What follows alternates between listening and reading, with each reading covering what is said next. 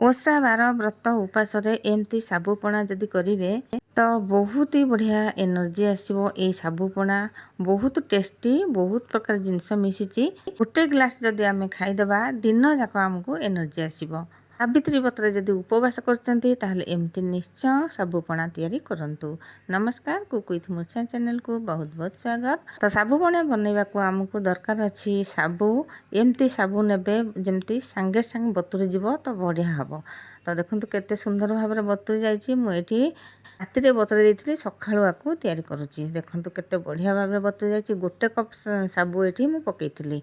तो ताकू आम कौन करवा पानी मु निगार देची आउ अधे माने 2-3 चामच पाखापाखी ताकू ग्राइंड करदे।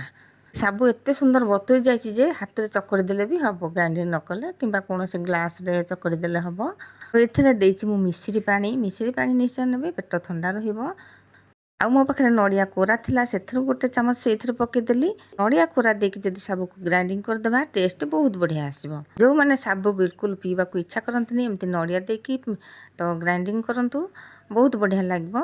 तो ये देखु तापर नहीं दही गोटे ताटिया। देखो ये छोट ताटिया गोटे ताटिया दही नहीं। साबु भी एमती गोटे ताटिया मु बतुरई थी। गोटे कप माने गोटे ताटिया रु टिके कम हम बतुरई थी। तो ये देखु साबु ये पूरा ग्राइंडिंग हो जाए पूरा बढ़िया भाव में, माने बेसी पालिश ना भी अधा अधा हो गले भी चलो। आ से दही रे मिसईदेवा, दही को भल भाव में फेंटी नवा। आ गोटे गोटे दही रे पूरा बिंडी बिंडी होकी रही था, जमा भी मिसेनी। किंतु आज मु दही नहीं जो से पूरा पालिश होकी एत बिंडी बिंडी नहीं। तो मत बेसी गोलैवा को पड़लानी। आ से जो ग्राइंडिंग करी साबु को से दही रे पकई भल भाव में घाटी नवा। एबे आमे कौन करवा आउ जो साबु थिला मु 3 चामच पाखापाखि नहीं साबु ग्राइंडिंग करती। आउ जो साबु थिला बतुरा साबु ताकू एमती ग्लास रे टिके टिके माड़ी माड़ी देली। कारण गोटिकिया जन जन खाइबा को भल पांतिनी। तो आम घरे भी सेमती मुझे अधे अधे अधे अधे कौन करला एमती माड़ी माड़ी देले से टिके मिसला भलिया आहुरी हो जिवो।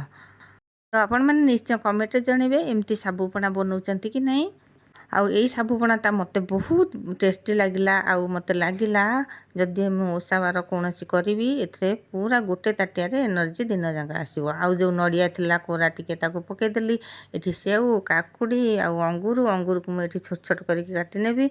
आउ डालिंब मते जो सब फल पसंद अच्छी मुझे नेली। आउ आपण माने कदली भी ये काटिकी नहीं पारे। किंतु कदली पकेवा को आम घरे भी कदली की पकईदेले पीवा को भल पाते खाइबा को भल पाते। तो से कदली पकईनी आउ ये सब मिसईदेली तादे जो सब जिनस मिसला। ये सब फल आपणकर चॉइस रे अनुसार आप पकई पारे। किसी ड्राई फ्रूट नवा ये नहीं आलमंड आउ काजू ताको छोट छोट करके काटी नेली। आउ जदि आपण पाखे कौन ड्राई फ्रूट थी ताको भी पकई पारे, किसमिश भी पकई पारे। तापर लास्ट को आम देख नवा छेना, दूध छेना। आउ मिठा हाँपाई मुझे आहरी टे चीनी देली। मिश्री पानी देती आउ टे मिठा दरकार से अल्प मिश्री पानी देती से आउ टे 2-3 चामच पाखापाखि देदेली चीनी। आउ जो दूध छेना रखी देखो एतिक ताकू मु भल भाव में हाथ में चकटी देली। चकटिकी ताकू पकेबा बिल्कुल भी सेमती पकेबा नहीं, ना खंड खंड होकर रहिबो। तापर आउ जो मिश्री पानी अच्छी ताकू देकी गोलेकी एमती करवा। आउ आंब दबा, आंब तो मेन जिनस ए मासे तो आंब मिले। सावित्री बेलू तो आंब निश्चय आसी। तो आंब भी पकईदेवे साबुपणा जो मासरे आंब नथिबो आंब नहेले चलिबो। आउ नेबे मीठा आंब, खट्टा आंब बिल्कुल भी नेबेनी। कारण आम साबुटा खट्टा खट्टा लगे। खट्टा आंब जदि मीठा आंब होइथिबो नहीं जिवे, बहुत बढ़िया लगे। सबको भल भाव में मिसईदेवा। चीनी जमती पकईची जमती चीनी मेल्ट हो लास्ट को आम कौन करवा एमती देखु गोलमरच आउ गुजराती गुंड को पकई नवा। मुझे 2टा गुजराती गुंड करी आउ किछि गोलमरच ताकू पकईकी भल भाव में मिसई नवा। आउ ये दबा जो नंडा बगुली कहती सब्जा सीड आकू टिके पकेबा। ये तो बहुत पेट थंडा रखिबो। जदि आपण उपवास करूछंती देखिबे एमती ही पणा करंतु साबुरे खाइबा को भी सब भल लागिबो, पेट भी थंडा मन भी थंडा। आउ उपवास कले देह जमती हालिया हालिया लगे बिल्कुल भी लागिबोनी। तापरे से जो डालिंब को पछरे देबी, चेरी सब देके सजाई देबी। तो सांग मैंने चैनल जदि नुआ अच्छा प्लीज सब्सक्राइब करनियंतु। ये साबु पणा कि साबु चकटा କେମିତି ଲାଗିଲା, ପସନ୍ଦ ଆସିଲା କି ନାହିଁ ନିଶ୍ଚୟ କମେଣ୍ଟରେ ଜଣାଇବେ। ତା ଉପରେ ମୁଁ ଗୋଟେ ଗୋଟେ ଚେରି ଦେଇ ଦେଉଛି।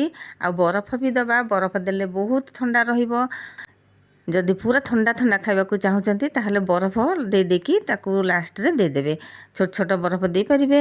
ତ ଏଠି ମୁଁ ବରଫ ଦେଇନି, ଲାଷ୍ଟକୁ ବରଫ ଦେବି, କାରଣ ଜଣେ ଜଣେ ଥଣ୍ଡା ସହିପାରନ୍ତିନି, ସେଥିପାଇଁ ବରଫ ଦେଇନି।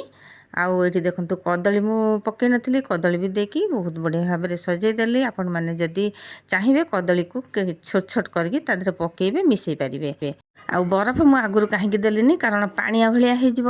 ତ ଆମକୁ ଏମିତି ହିଁ କାଠୁଆ କାଠୁଆ ଦରକାର, ଯେମିତି ଖାଇଲା ଭଳିଆ ହେବ। ଯେତେବେଳେ ଆମେ ବାଢ଼ିବା ଦେବା, ସେତେବେଳେ ବରଫକୁ ଦେଇକି ସଜେଇକି ଦେବା।